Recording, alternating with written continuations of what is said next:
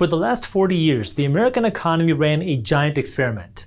Take the factories in the United States, ship them offshore to countries like China, produce the products with cheap labor, and then send it back to the United States and make bigger profits. Well, it has become President Trump's mission to end that experiment. We are now seeing the biggest build out of American industry that many of us have seen in our lifetimes. Take a look. TSMC is investing more than $100 billion into a chip facility. Micron just broke ground in New York in the largest semiconductor investment in US history. And companies have increased how much money they're spending on building factories here in the United States by 3 times, 300%, in just the last 3 years. Now, the reason why I'm making this video is because we've seen industrial booms like this happen in the past. And the last big one that we saw was really around the 1950s when we saw the boom of suburbs and highways and the McDonald's of the world and the Walmarts that really exploded throughout the United States. And what we saw is when the industrial boom happened, it created a new wave of wealth and a new wave of investment opportunities. And if this continues here in the United States, it could create new investment opportunities for you as well. That's why in this video, I want to break down what's going on with the great onshoring. Let's go back in time 40 years, because in the 1980s, China joined an organization called the World Trade Organization, essentially saying we're going to open ourselves up so countries can build their stuff in our country, China, for cheap. That was when companies here in the United States said, we can move our manufacturing from Michigan and Ohio over to China, pay a fraction of what we could on labor, and then ship that product back to the United States and still save money? Count me in. And it worked. TVs got cheap, clothes were cheap, but everywhere you went, it said made in China. This shift was called offshoring, and it made some people very rich who understood where money was moving. But it came with a cost, because millions of manufacturing jobs here in the United States were now offshored to China. But then we saw 3 shocks happen at the exact same time, which ended the great offshoring and have now started the great onshoring. And number 1 is the pandemic. Before the pandemic, manufacturing was essentially done here in the United States. We barely produced anything because it was so expensive to produce it here versus a third world country. But then with the pandemic, people around the world stopped working, and the supply chain globally got bottlenecked, which meant not only were we waiting on producing stuff from China when China was shut down, but China wasn't able to send stuff because there was such a big backlog for ships to be able to ship stuff around the world. So we here in the United States were so reliant on foreign countries that couldn't produce the stuff for us. Shock number 2 were the tariffs of President Trump. President Trump came into the White House in 2025 with an agenda to bring manufacturing back to the United States, and one way to encourage companies to do that was by making manufacturing overseas a lot more expensive. And the way that he did that was through tariffs. If you want to produce something in China, you can do so, but now you're going to have to pay a big tax called a tariff to produce that product in China and then bring it back to the United States.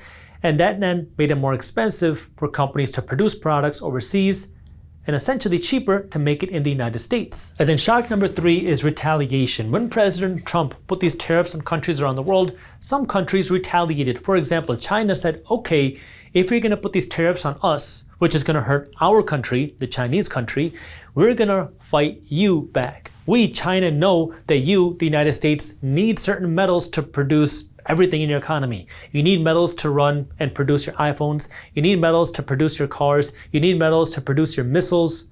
Well, we are the world's producer of these metals. We're not going to give them to you anymore. So China then started weaponizing and retaliating by saying, if you're going to put these tariffs on us, we're not going to give you these metals anymore. And this was the third and final shock for our government to say, we're going to get more aggressive to rebuild our manufacturing and supply chains here in the United States. There were a lot of different industries affected by this, but I'm going to focus in on 3: semiconductors, metals, and energy, because we have seen direct investment by the United States government into these industries. Starting with semiconductors. We need semiconductors to power every single computer chip, and we know that computers are getting smarter, AI is getting smarter. And so this is where we saw the Trump administration invest billions of dollars into companies like Intel. That way they would produce these semiconductors here in the United States. That way we could have better semiconductor producing companies here in the United States. Not to mention that we've also seen companies produce more semiconductor facilities now in the United States because of partially the investments by the Trump administration, but also because of executive orders forcing companies to do that here in the United States. There are 3 expenses that you just can't get around: your gas, your groceries, and your eating out. But what if I told you that there are ways for you to earn more cash back on your gas, on your groceries, on your eating out, that is on top of your credit card points that you get? This is why I want to talk to you about my sponsor, Upside. Upside is a free app that's going to give you additional cash back on your eating out, on your groceries, on your gas, and this cash back is on top of what you would get from your credit card normally. The way it works is you create a free account with Upside, and then you can take your credit card and spend money the way you normally would when you get gas or when you go to the grocery store or when you go to a restaurant, and then Upside is going to transfer real cash into your bank account as an additional layer of cash back. Now there's two things that I want to make clear here. Upside is giving you real cash, it's not points. And the second thing is that this cash back stacks on top of whatever cash back or perks or points that you're getting from your credit card. So if your credit card is giving you 2% cash back, this Upside cash back is on top of the credit card cash back. That means yes, you can now double dip on cash back when you're eating out, you're getting groceries, or you're getting gas. There are over 100,000 participating locations across the United States. And to find out how much you can earn, download the free Upside app and use my promo code to get an extra 25 cents back for every gallon of gas that you buy for your first tank filled. I'm gonna say that again to make sure that we're clear. You're gonna get an additional 25 cents of cash back for every gallon of gas that you purchase on your first tank of gas when you use my promo code with the free Upside app. So if you want to learn more and start getting some additional free cash back, you can download the free Upside app. That link for you is down in the description below, or you can scan the QR code on the screen. Then it is metals. Like I talked about just a minute ago, China essentially turned off the metal supply chain for the United States. These are called rare earth metals. There was a lot of talk about this in the news back in 2025. Essentially, all that means is that there's a lot of different metals and minerals that we need to produce iPhones and cars and our missiles and everything else in our economy, and we were getting all of these from China. Well, we didn't have a supply chain to make them here in the United States. And so now we've seen the Trump administration pass executive orders to rebuild the metal supply chain here in the United States, which means a lot of money now is going to figure out how we can produce these products from United States companies or companies in better relationship with the United States, not China. We've also seen the Trump administration directly invest into other companies like MP Materials that we can produce those metals here in the United States. And then number three is energy, because we've seen a lot of AI companies talk about how energy is going to be the currency of the future. Why? Because all this new AI, all these new data centers need more energy, and every country around the world, China, Russia, the United States, are working to be the next world's superpower. Well, the next world superpower is going to have to be the world's leader in AI. And whoever that is going to be the next generation's superpower. Well, in order to be that superpower, not only do you need the AI, but you need the energy to be able to power all of that AI.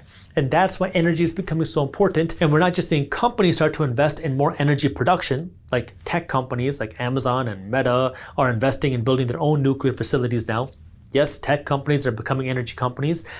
But we are seeing governments around the world invest into energy. The United States has been signing executive orders to double, triple, quadruple the amount of energy that we can produce from things like nuclear. That way we can continue to power all of the AI, all of the data centers, so we can continue to compete and be the world's economic superpower and be the next generation of superpower. So we're seeing these three things now come back here in the United States, because we're seeing a lot of countries saying, we want to be independent, and the United States has been working on this for years, and President Trump has been working to accelerate that because of tariffs and because of what China has done with retaliation. Now, why does all this matter for you? Because it's causing investments and money to move. Take a look at this chart. This is a chart by the Federal Reserve Bank showing the total construction spending on manufacturing here in the United States, and you can see that over the last few years, manufacturing spending has been booming. Now, yeah, it has come down since where we were about a year or two ago, but it's still significantly higher than where we were. The idea being that if we continue onshoring the way that we have been, that this number will continue to stay high and potentially even go higher in the future. Now, for full transparency, this shift of onshoring didn't start with President Trump. In fact, a big catalyst here was actually the Biden administration, because President Biden passed something called the CHIPS Act, which was a big boost of spending in order to encourage companies to produce products and manufacturing them here in the United States. President Trump's goal is to build on top of what President Biden did to be able to bring even more manufacturing here in the United States, doing that through these tariffs. and through some of the incentives that President Trump is making. Your job as an investor is to identify where money is moving, because if you can identify a shift, that can create an investment opportunity for you. And we know that anytime there's been a shift in industrialization, it has created investment opportunities. When the railroads were first created in the 1800s, that created a shift in opportunity. It created a shift in where money was moving. It created a shift in where people were moving, which created a whole new wave of wealth and a whole new wave of investment opportunities. Then in the mid-1900s, as the highways were being built, suburbs were being built, new companies like McDonald's and Walmart were being built, it created a whole new wave of wealth. It created a whole new wave of investment opportunities. Then came the internet in the 90s. That created a whole new digital infrastructure. That created a whole new wave of wealth. It created a whole new wave of investment opportunities. AI is creating this whole new wave of wealth and investment opportunities.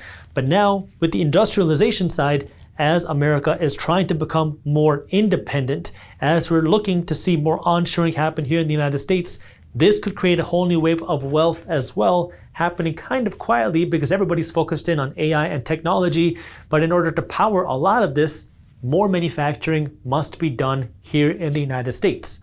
And we don't know what's going to happen in the future, but as of today, we know that our president and our economy has been working to onshore more of the manufacturing, which could be a shift of money spending. So now the question is, well, where is the investment opportunity? And again, I have a free investing masterclass on this. If you haven't watched it yet, I show you how you can find the opportunities based off of the shifts happening today in our economy. It's a free masterclass. When you sign up for it, you're also going to get access to Market Briefs, which is my newsletter for investors, completely free. So if you want my masterclass and Market Briefs all for free, all you have to do is sign up, and I have that link for you down in the description below. Now I'm going to go over a few examples, but I can't tell you what to invest in because I'm just a random guy on YouTube. I'm not a financial advisor, and investing has risks. You are never guaranteed to make money when you invest. In fact, you will lose money at some point. So make sure you always do your own due diligence and never blindly trust a random guy on YouTube. But let me break this down. I'm going to go over 5 different examples of different ways that you can invest this shift if you believe this is an opportunity for you. Again, I'm not here to tell you what to invest in. I want you to start thinking like an investor. And example number 1 is AIRR. If you believe that this onshoring is going to continue, AIRR is an ETF that's giving you exposure to the whole build out. This is the First Trust American Industrial Renaissance ETF. This is giving you broad exposure to onshoring in general. The idea being that this is giving you exposure to small and mid-sized United States industrial companies and contractors. Example number 2 is PAVE, P-A-V-E. This is the backbone that would power the onshoring. This is the ETF that's going to give you exposure to a lot of the raw ingredients for manufacturing to happen. That's the rails, the materials, the construction, the electrical equipment, in order for all of this build out to actually happen. This is an ETF created by Global X, by the way. Then example number 3 is the power layer. Grid is an ETF created by First Trust, and this is giving exposure to the power grid here in the United States, which we need more energy. We know there's going to be a lot of upgrading to the power grid. The idea being, if we continue to be a tech-first, AI-first country, we're going to need better power and energy infrastructure, and that's where these companies will come into play. These are companies that are powering our power grid. Then number 4 is the future of how manufacturing is going to be done, because in the past, manufacturing was done very laboriously with humans moving parts from one place to the other. In the future, well, there's going to be a lot more robots doing that, and you can get exposure to those robots and the AI industry with things like BOTZ, B-O-T-Z. This is an ETF that's giving you exposure to a Global X Robotics and Artificial Intelligence ETF. So if you want exposure to the robotics industry, the AI industry, this ETF is giving you more broad exposure to robotics and AI, which is what is going to be powering a lot of the manufacturing should it happen here in the United States. And then probably the most boring one is giving you more broad exposure to the bigger industrial companies themselves. This is an ETF called XLI. This is giving exposure to the Industrial Select Sector Spider SPDR ETF, giving exposure to the big industrial companies here in the United States. So again, if more industrial stuff happens here, the idea being that those companies would benefit, causing benefit for the ETF as well. So what I talked about in this video is that we are seeing a shift happen in our economy, and it is an industrial shift. We haven't really seen this happen in decades, because in the 1980s, we saw this big shift with offshoring, where companies moved their businesses and manufacturing to countries like China, produced it for cheap there, and then shipped it back to the United States. But that started to change, and there was 3 real shocks that made that change. Shock number 1 was the pandemic, because now all of a sudden we had these supply chain bottlenecks around the world. The American economy was open while China's was closed, and so we had to now wait on other countries to be able to get our stuff, not to mention all the global supply chain bottlenecks that happened, creating a lot of problems here in our economy here. Number two was then President Trump came out with big tariffs as a way to bring manufacturing back to the United States, but that also started to hurt other countries' economies, which then led to number three, retaliation, where countries like China said, okay, you're going to put tariffs on us. You're going to build your manufacturing and pull it out of our country. We're going to fight back by saying, you can't have access to our crucial metals. China was essentially the world supplier of these rare earth metals that we need in order to produce iPhones and electronics and cars and missiles and everything else. And China said, you can't have them anymore. And this is then what created a big spending boom by our government into different industries to be able to rebuild our supply chains here, because these supply chains just didn't exist before. And three big industries that I talked about was the semiconductor industry, because semiconductors are the brains behind all of our technologies, all computer chips. And yes, you need computer chips, not just in computers, but also your dishwashers nowadays. So we need those computer chips. And now we've seen big investment by the government into semiconductor companies. I talked about how Intel got a big investment by the government. Number two is rare earth companies, because now we need these metals to power everything in our economy. And we talked about how the United States government invested into companies like MP Materials in order to bring more of that happening here in the United States or our different allies, not China. And then number three is energy, because energy is going to be the currency of the future. In order to power all of our tech, all the AI, all the data centers, we need more energy. And the top countries are competing. Russia, China, United States are rushing to compete on the energy space, because not only do you have to win with AI, but the AI needs to be powered with energy. And so there's a lot of investment going into the energy space. So if you believe that we're going to continue to see this boom in spending and manufacturing that is going to continue for years into the future, that can create an investment opportunity for you. And I talked about 5 different ways to go about and do that. Number one is I talked about how to invest in the industrial renaissance. Number two, we talked about how to invest in more of the raw materials that power that industrial renaissance. Number three, we talked about different ways that you can invest in the power grid. Number four, we talked about how you can invest in the future of manufacturing, which is more robotics and AI through this ETF. Then we talked about the more boring way, just to invest in the large industrial companies. With that, if you got value out of this video, the best thank you is a referral. So if you could, please share this video with a friend, family member, colleague, or fellow investor. That way I can continue to spread this type of financial education. Thank you. The United States government is approaching $40 trillion of national debt, and while most people are worried about how much money the government is spending, there's a quiet shift happening with our money that most people are completely missing. I'll show you. In the past, when the United States government would spend money it didn't have, it would borrow money from countries like